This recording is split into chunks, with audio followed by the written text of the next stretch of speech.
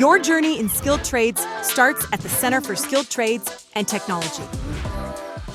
The HVAC program is very exciting. It's very dynamic. Our program's split into two different sections. So you have the technology program and the technician program.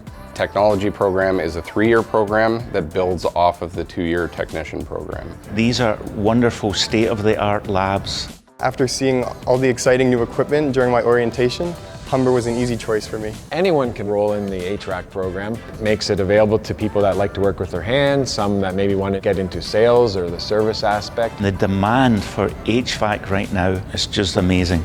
And our students are getting well-paying jobs that are changing lives. It was the multidisciplinary aspect of the trade itself, so the plumbing and the electrical, all that mixing and matching of everything, so there's not just one thing that I can maybe just get stuck with forever. I can create something new with all these skills that I've honed. They have shown me how things are done, and I have personally applied those in the field when I worked in commercial HVAC this past summer. I highly recommend this program to any student who is interested.